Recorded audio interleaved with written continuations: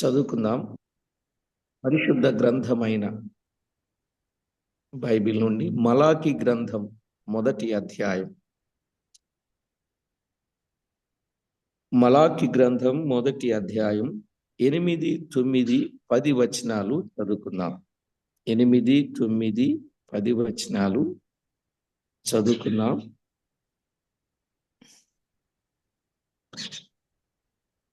గ్రుడ్డి దానిని తీసుకొని బలిగా అర్పించిన యెడల అది దోషము కాదా? కుంటి దానినైనను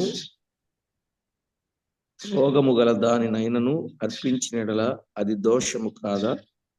అట్టి వాటిని నీ అధికారికి నీవిచ్చిన యెడల అతడు నీకు దయ చూపునా, నిన్ను అంగీకరించునా అని సైన్యములకు అధిపతి యెహోవా అడుగుచున్నాడు.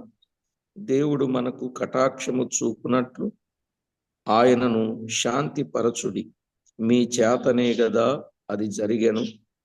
ఆయన మిమ్మును బట్టి ఎవరినైనా అంగీకరించునా అని సైన్యములకు అధిపతి యెహోవా అడుగుచున్నాడు. మీలో ఒకడు నా బలిపీఠము మీద నిరర్ధకముగా అగ్ని రాజబెట్టకుండునట్లు నా మందిరపు వాకిండ్లను మూయువాడొకడు మీలో ఉండిన ఎడల మేలు. మీ అందు నాకిష్టము లేదు.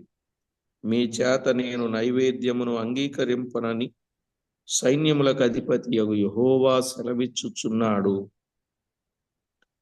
చదవబడిన ఈ లేఖనం కొరకై ప్రార్థన చేసి వాక్యాన్ని ధ్యానం చేద్దాం. ప్రార్థన చేసుకుందాం.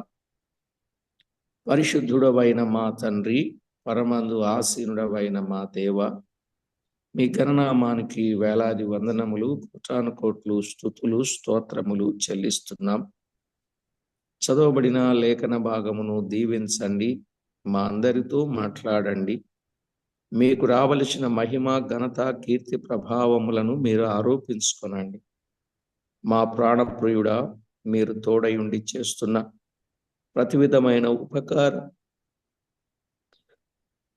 మహోపకారములన్నింటిని బట్టి కృతజ్ఞతాస్తుతి స్తోత్రములు మీ నామమునకు చెల్లిస్తూ, లేఖన భాగములో ఉన్న వాస్తవిక సత్యాలు మాకు బయలుపరచమని మా ప్రభు అయిన యేసు క్రీస్తు నామమున స్తుతించి ప్రార్థించి వినయులమై వేడుచూ ఉన్నాం మా పరమ తండ్రి.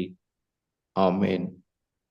ప్రభునందు ప్రియులారా, మనము చదువుకున్న ఈ వచన భాగములో స్పష్టంగా మనము గమనించినప్పుడు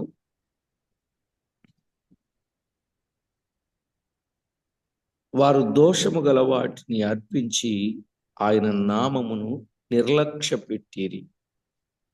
ఏమి చేసి నీ నామమును మేము నిర్లక్ష్య పెట్టిమని వారు అన్నట్లుగా 6వ వచనం చివరి భాగంలో మనము చూస్తున్నాం. అందులో ఒకటి, వారు అపవిత్రమైన భోజనమును అర్పించి ఆయనను నిర్లక్ష్య పెట్టారు అని మనం విన్నాం. యాజకులకు దేవునికి ఉన్న సంబంధం ఎంత గొప్పదో మనం వింటూ వచ్చాం గత వర్తమానం. మరి ఇప్పుడు దోషము గల వాటిని, గ్రుడ్డి వాటిని బలిగా అర్పించారు. అది దోషమే కదా. ఇప్పుడు దోషము గల వాటిని అర్పించి ఆయన నామమును నిర్లక్ష్య పెట్టారు. వారు అర్పించినది గ్రుడ్డిది. గ్రుడ్డి దానిని అర్పించి దండించబడ్డారు. మనము గ్రుడ్డివారముగా దేవుని ఆరాధించరాదు. గ్రుడ్డివారముగా ఆరాధించినట్లయితే అది ప్రభువుకు మహిమ కాదు. ప్రియులారా, విశ్వసించిన వారిలో గ్రుడ్డిదనము ఉండదు. సరైన విశ్వాసము కల వారిలో గ్రుడ్డితనం ఉండకూడదు. గ్రుడ్డితనము అనగా తన సహోదరుని ద్వేషించుట గ్రుడ్డితనం అన్నాడు. విశ్వసించిన వారు తన సహోదరుని ద్వేషించుట గ్రుడ్డితనం.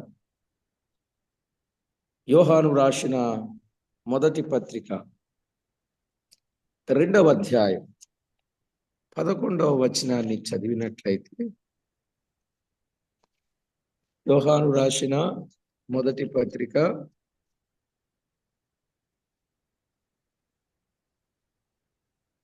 చెప్పబడిన మాట ఏమన్నాడండి?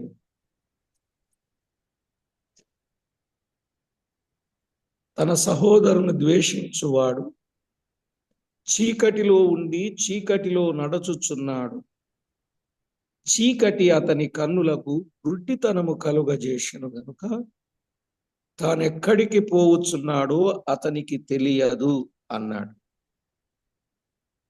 జాగ్రత్తగా గమనించాలి పిల్ల. గుడ్డితనము అంటే తన సహోదరుని ప్రేమించని వాడు, అనగా ద్వేషించిన వాడు గుడ్డివాడు. ఈవేళ దేవుని పిల్లలమని చెప్తున్నారు, వారు తమ సహోదరులను ప్రేమించలేని వారుగా ఉన్నారు. అట్టివారు గుడ్డివారు అని దేవుని వాక్యంలో మనము చూస్తున్నాం. ప్రియులారా, ఉండవలసిన శ్రేష్టమైన గుణలక్షణాలు లేకపోవటం కూడా అది గుడ్డితనమే అన్నాడు. ఉండవలసిన గుణలక్షణాలు లేకపోతే అది దేనితో సమానం? అది గుడ్డితనముతో సమానం అన్నాడు.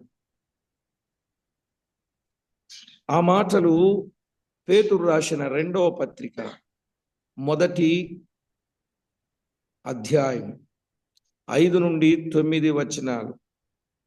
పేతురు రాసిన 2వ పత్రిక మొదటి అధ్యాయం 5 నుండి 9 వచనాలు.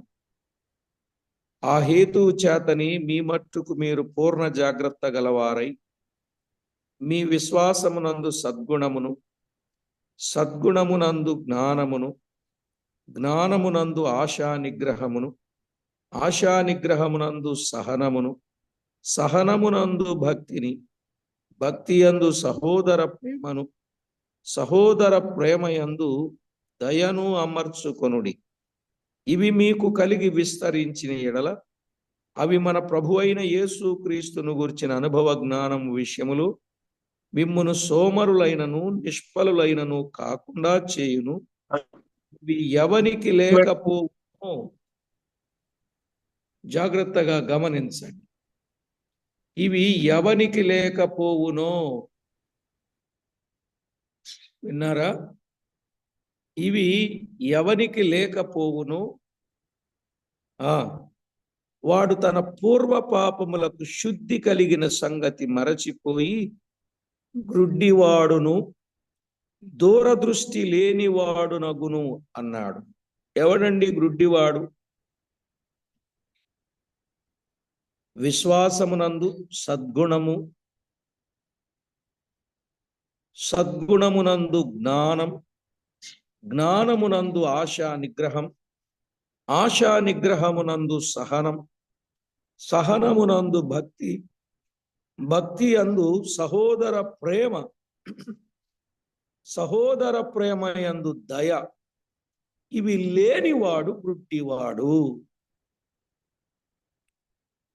కనుక ఈ గుడ్డివారు దేవునికి అంగీకారమేనా? ఈ గుడ్డివారు దేవునికి అంగీకారము కాదు. ఒకానొక సమయములో, సందర్భములో నా సేవకుడు తప్ప గుడ్డివాడెవడు అనే మాట కూడా మనం చూస్తాం. అంటే సేవకునిలోనే లేవన్నమాట ఇవి కదా. అందుకే వారిని గుడ్డివాడు అనవలసి వచ్చింది అని మనం అనుకోవచ్చు. సరే, సహోదరుని ద్వేషించుట గుడ్డితనం, ఉండవలసిన శ్రేష్టమైన గుణలక్షణాలు లేకపోవుట గుడ్డితనం. ప్రకటన గ్రంథం 3వ అధ్యాయం, ప్రకటన గ్రంథం 3వ అధ్యాయం 17-18 వచనాలు చదువుకున్నాం. 17-18 వచనాలు. నీవు దౌర్భాగ్యుడవును, దిక్కుమాలిన వాడవును, దరిద్రుడవును, గ్రుడ్డివాడవును, దిగంబరుడనై ఉన్నానని ఎరుగక, నేను ధనవంతుడను, ధనవృద్ధి చేసి ఉన్నాను, నాకేమీయూ కొదువ లేదని చెప్పుకొనుచున్నావు. నీవు ధనవృద్ధి చేసుకున్నట్లు అగ్నిలో పుటము వేయబడిన బంగారమును, నీ దిశమల సిగ్గు కనబడకున్నట్లు ధరించుకున్నటకు తెల్లని వస్త్రములను, నీకు దృష్టి కలుగునట్లు నీ కన్నులకు కాటుకను నా యొద్ద కొనుమని నీకు బుద్ధి చెప్పుచున్నాను అన్నాడు. ఇక్కడున్న ఈ వచన భాగాన్ని బట్టి తమ తప్పు తాము ఎరుగక మెప్పించుకొనుట గ్రుడ్డితనము. అర్థమైందండి? తన తప్పు తాను ఎరుగక మెప్పించుకొనుట గ్రుడ్డితనం. కొంతమంది తమ తప్పు తాము ఎరుగరు, తమ్మును తాము మెప్పించుకుంటూ ఉంటారు. నేనింత, నేనంత, నేనిది, నేనది. అది కూడా గ్రుడ్డితనమే అని చెప్పాడు.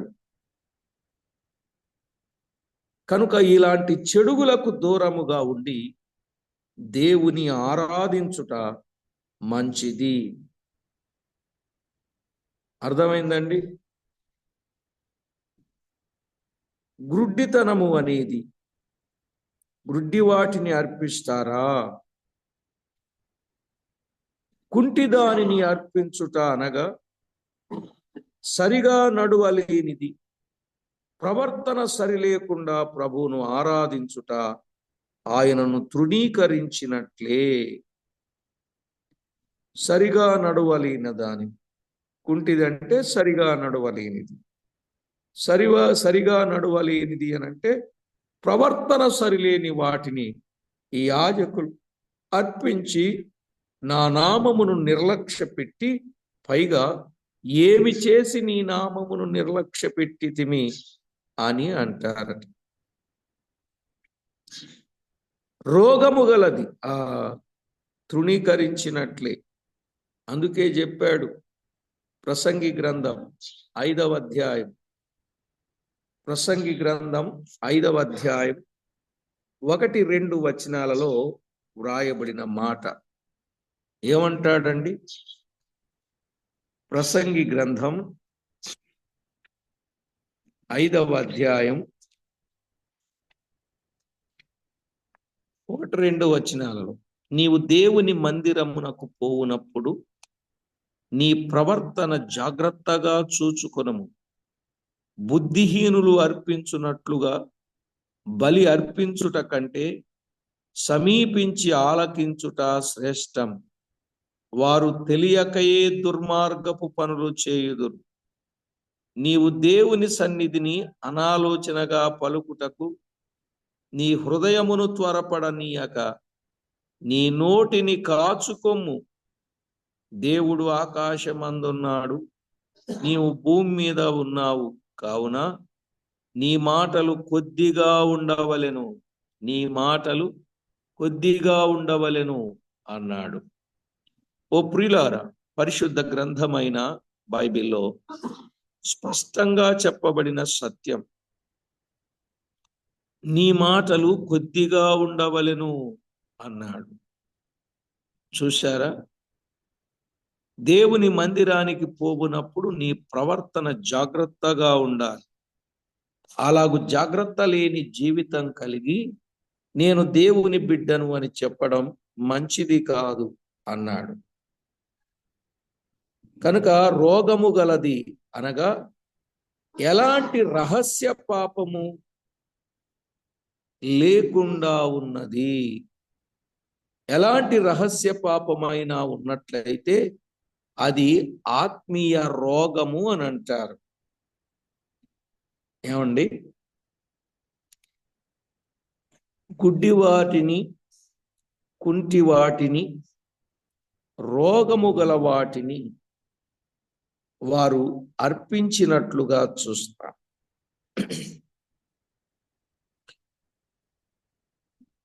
గుడ్డి వాటినంటే సహోదరులను ద్వేషించేవారు. గుడ్డి వాటిని అనంటే శ్రేష్టమైన గుణలక్షణాలు ఉన్నప్పటికీ వాటిని అనుసరించని వారు.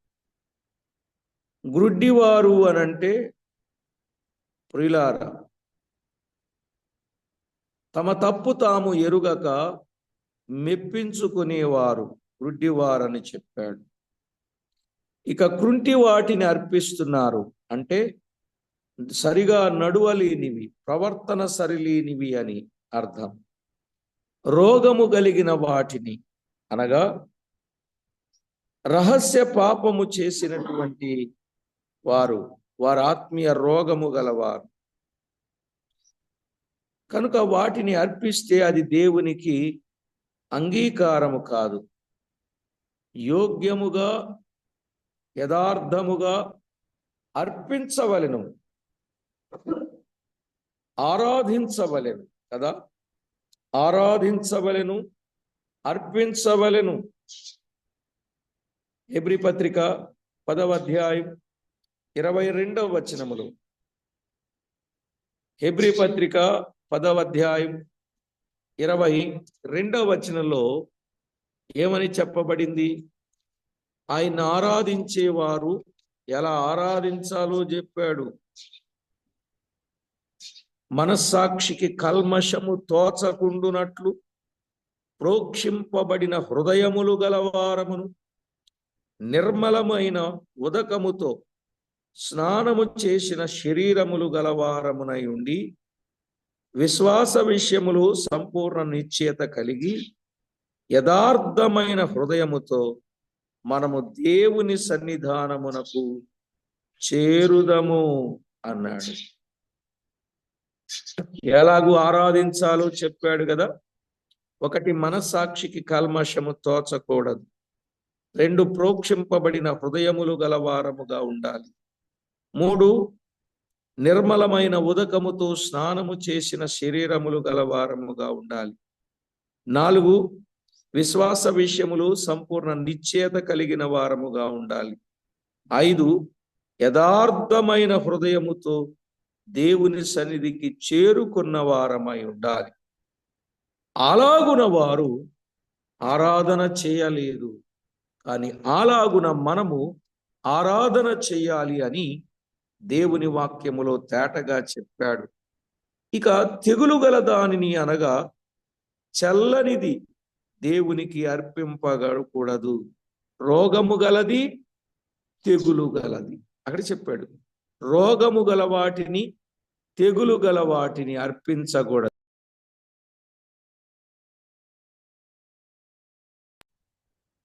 రోగము గల వాటిని, తెగులు గల వాటి. రోగము గలవారంటే రహస్య పాపము చేసేవారు.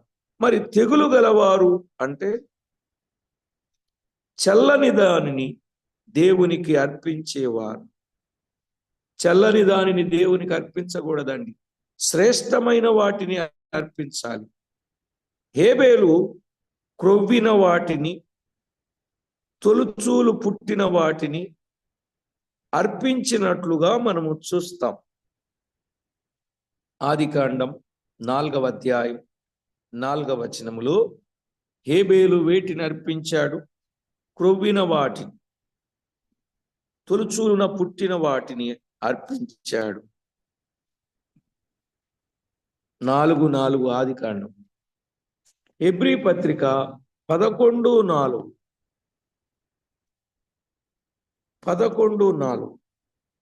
దోచబడిన దానిని అర్పించకూడదండి, దోచబడిన దానిని అర్పించకూడదు. అలాగే నేడు మనము ఇతరులది ఏదైనా అపేక్షించే స్వభావముతో, దుర్లాభాపేక్షతో ఆరాధించకూడదు.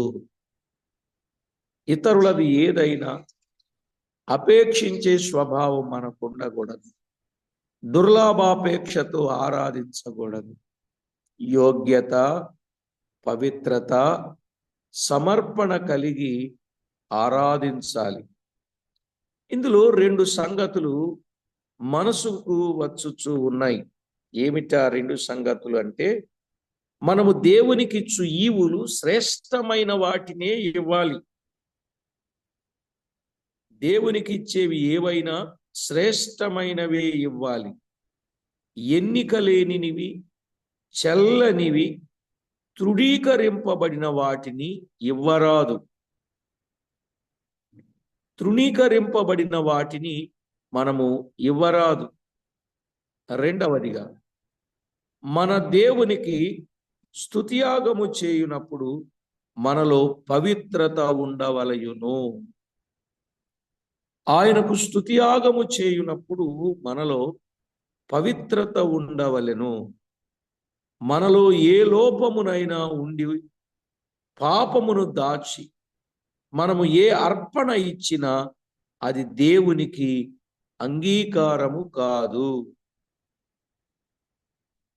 మనలో ఏదైనా లోపము పెట్టుకొని దేవునికి మనము ఏదైనా ఆయన పేరట చేస్తే అది ఆయనకు అంగీకారము కాదు. ప్రియులారా, అంత మాత్రమే గాక ఆయన నామమును తృణీకరించిన వారము అవుతాం. ఆయన నామాన్ని తృణీకరించిన వారం అవుతాం. ఆయనను అవమానపరచిన వారం అవుతాం. నోవహు పవిత్రమైన వాటిని అర్పించినప్పుడే దేవుడు ఇంపైన సువాసనను ఆగ్రాణించి కృపతో కూడిన శ్రేష్టమైన నిబంధన చేశాడు. అవునండి? అవునా కాదా? శ్రేష్టమైన వాటిని ఆయన అర్పించడానికి ఇష్టపడ్డాడు కనుకని దేవుడు ఆ బలిని అంగీకరించినట్లుగా మనము చూడవచ్చు. కాబట్టి ప్రభునందు ప్రియులారా, ఆయనకు అవమానము తెచ్చే వారముగా మన అర్పణ ఉండకూడదు. మనమిచ్చే అర్పణలు మనలో పవిత్రత ఉన్నను ప్రజల మెప్పు కొరకు, స్వార్థము కొరకు చేయకూడదు. కొన్నిసార్లు మనం అర్పించేవి ప్రజల్లో గొప్పగా ఉండడానికి, ప్రజలు మనలను మెచ్చుకునేటట్టుగా ఉండడానికి మనం అర్పిస్తూ ఉంటాం. నో, అలా చేయకూడదు. దైవ గ్రంథములో వ్రాయబడిన సత్యాలు మనం ఆలోచన చేయాలి. స్వార్థము కొరకు చేయకూడదు. కేవలం దేవుని మహిమ కొరకై మనము చేయాలని. ప్రజల మెప్పు కొరకు, మన స్వార్థం కొరకు ఏ పని చేయకూడదు. ప్రభు మహిమ కొరకే మనము ఏ పనైనా చేయవలెను. కొరింథీయులకు రాసిన 2వ పత్రిక 9వ అధ్యాయం 7వ వచనంలో ఆ మాటలు మనము చూడవచ్చు. కొరింథీయులకు రాసిన 2వ పత్రిక 9వ అధ్యాయం 7వ వచనములో, దేవుడు ఉత్సాహముగా ఇచ్చు వారిని ప్రేమించునని చదువుచూ ఉన్నాం. దేవుని పరిచర్యకు, దేవుని కార్యాలకు మనం ఎలా ఇవ్వాలి? ఉత్సాహముతో ఇవ్వాలి. ప్రియులారా, ఉత్సాహముతో ఇయ్యాలి. అవును, ఉత్సాహముగాను మనఃపూర్వకంగాను ఇవ్వాలి. దేవునికి ఇచ్చేటప్పుడు ఉత్సాహంగా, మనఃపూర్వకంగా ఇవ్వాలి. కొలసై పత్రిక 3:23లో, మీరు చేయుచున్న సేవ గొప్ప రాజైన ఆ ప్రభు నిమిత్తము గనుక మనస్ఫూర్తిగా చేయాలి అన్నాడు. ఎలా చేయాలి? దాసులైన వారు యజమానులైన వారికి మనస్ఫూర్తిగా సేవ చేయాలి. అలాగుననే మన ప్రియ ప్రభువుకు మనము మనస్ఫూర్తిగానే కార్యాలు చేయాలి.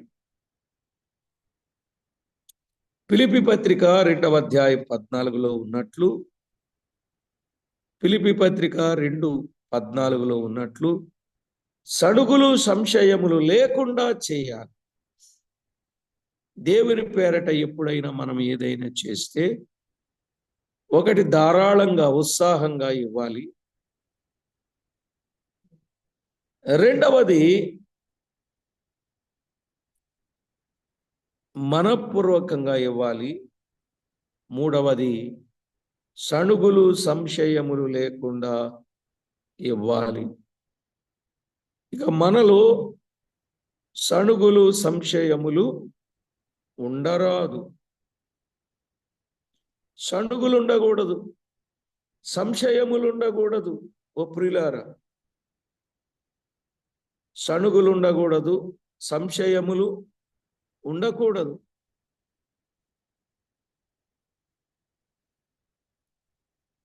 అలాగున ఉంటే అది దేవునికి ప్రీతికరంగా ఉండదు. కనుక దేవునికి ప్రీతికరమైనవి మనము అర్పించాలి. మలాకి గ్రంథం 1వ అధ్యాయం 8వ వచనములో ఈ లోపములు గల వాటిని గురించి మాట్లాడుతూ, అట్టి వాటిని మీ అధికారికి ఇచ్చిన ఎడల నీకు దయచూపునా అన్నాడు కదా. ఇలాంటి వాటిని తీసుకొని వెళ్ళి మీ అధికారికి మీరు ఇచ్చారనుకోండి, మీ మీద ఆయన దయ చూపిస్తాడా? చెప్పండి. మీరు మీ పైన యజమానిగా ఉన్నవానికి మీరు అర్పిస్తే ఆయన మీకు దయ చూపిస్తాడా? నిన్ను అంగీకరిస్తాడా అని పలుకరించుచూ ఉన్నాడు, అని పలుకుచూ ఉన్నాడు. మీ అధికారి అనగా ఎవరు? పారసీక దేశపు రాజు. పారసీక దేశపు రాజు వారి అధికారి. ఆ అధికారికి ఇలాంటివి అర్పిస్తే ఆయన అంగీకరిస్తాడా? పారసీక దేశపు రాజు మాత్రమే కాదు, గుడ్డి వాటిని, కుంటి వాటిని, ఎవరును అంగీకరించని వాటిని, మరియు అవమానము కూడా, వాటిని మనము ఎవరికిచ్చినా ఇలాంటి వాటిని, అవి మనకు అవమానంగానే, ఇలాంటివి ఇవ్వడానికి నేనేమైనా పనికిరాని వాడిని అనుకున్నావా అంటారు. అవునా కాదు? నీకు ఎలా కనపడుతున్నావు? కుంటివి, గుడ్డివి, పుచ్చినవి, చచ్చినవి ఇవ్వటానికి నేను ఎలాగా కనపడుతున్నాను నీకు అని అంటారు. అసలు అంతా ఎందుకంటే, ఏవో కూరగాయలు, పండ్లు ఏవో అమ్ముకుంటా ఉన్నారు అనుకుందాం. అక్కడ వెళ్ళి కొనుక్కునేటప్పుడు మీరు ఎలాంటివి కొంటారు? కుళ్ళిపోయినవి కొంటారా? మాగిపోయినవి కొంటారా? చెప్పండి. మంచివే కొనాలని అనుకుంటారు కదా. మంచివే కొనాలనుకుంటారు. మరి దేవుని దగ్గరకు వచ్చేటప్పుడు ఇలాగెందుకు చేస్తున్నారు అని మాట్లాడుతున్నాడు. కనుక మనం ఎప్పుడు దేవునికి శ్రేష్టమైన వాటిని ఇవ్వాలి. దేవునికి ఎప్పుడు ఏది ఇవ్వాలండి? శ్రేష్టమైన వాటినే ఇవ్వాలి. శ్రేష్టము కాని వాటిని మనం ఆయనకు ఇవ్వకూడదు. దేవునికి సజీవయాగముగా మనము సమర్పించుకొని, సర్వాంగ హోమముగా ఆయనకు మనము అర్పించుకొని, శ్రేష్టమైన వాటిని దేవునికి ఇచ్చిన వారంగా మనము ఉండాలి. మనలను మనము అర్పించుకోవాలి. దేవుడు మనకిచ్చిన వేవైనా కూడా ఆయనకు మనము అర్పించాలి. అలాగున మనము ఆయనకు అర్పించి ఆయన నామమును ఘనపరచవలసిన వారమై ఉన్నాం. అర్థమైందా అండి? ప్రభునందు ప్రియులారా, జీవము గల దేవుని వాక్యములో వ్రాయబడిన వాస్తవిక సత్యాన్ని ప్రతి ఒక్కరూ గుర్తించండి. లేఖనములలో వ్రాయబడిన సంగతి, దేవునికి శ్రేష్టమైన వాటిని అర్పించాలి. 9వ వచనం తర్వాత పాఠంలో విందాం. ఏమండి, అర్థమైందా? దేవునికి ఏం అర్పించకూడదు? గుడ్డి వాటిని, కుంటి వాటిని, రోగము గల వాటిని, తెగులు గల వాటిని మనము అర్పించకూడదు. వాటి వివరాలు విన్నాం. దేవునికి మనం అర్పించేది ఏదైనా కూడా మంచిదై ఉండాలి, శ్రేష్టమైనదై ఉండాలి. ఆ విధంగా మనలను మనము అర్పించుకొని దేవునికి మహిమకరంగా జీవిద్దాం. ప్రార్థన చేసుకుందాం. ప్రార్థన చేసుకుందాం. పరిశుద్ధుడవైన తండ్రి, పరమందు ఆసీనుడవైన మా దేవ, మీ ఘననామానికి స్తోత్రం. మా ప్రభువా, నీవెంత గొప్ప దేవుడవు, మీ ప్రభావం ఎంత గొప్పదో అది మేము ఎరిగిన వారమై మీకు రావలసిన మహిమ, ఘనత, ప్రభావములను మేము ఆపాదించడానికి మమ్మను మీరు జ్ఞాపకం చేసుకున్నందుకు స్తోత్రములు. ఏ యోగ్యత మాలో లేకపోయినా మమ్మను మీరు ప్రేమించారు. మిమ్మును మేము సేవించి, స్తుతించి, మ్రొక్కి, కొనియాడి గణపరచున్నట్లుగా మా బ్రతుకులో మీరు చేసిన ఉపకార మహోపకారములన్నింటిని బట్టి మీకు స్తోత్రములు. ప్రాణప్రియుడా, పెందలకడనే మీ పాద సన్నిధికి వచ్చి మీ వాక్యములో ఉన్న వాస్తవాలను ఎరిగి శ్రేష్ఠులుగా, మీకిష్టులుగా మీ యొద్ద నిలువబడినప్పుడు తల ఎత్తుకుని వారుగా, బహుమానము పొందువారుగా మా ప్రియులను మీరు సిద్ధపరచమని కోరుచు మా ప్రభువైన యేసు క్రీస్తు అమూల్యమైన నామమున స్తోత్రము చెల్లించి, స్తుతించి, ప్రార్థించి మిక్కిలి వినయముగా బ్రతిమిలాడి వేడుచూ ఉన్న మా ప్రియ పరలోకపు తండ్రి, ఆమేన్.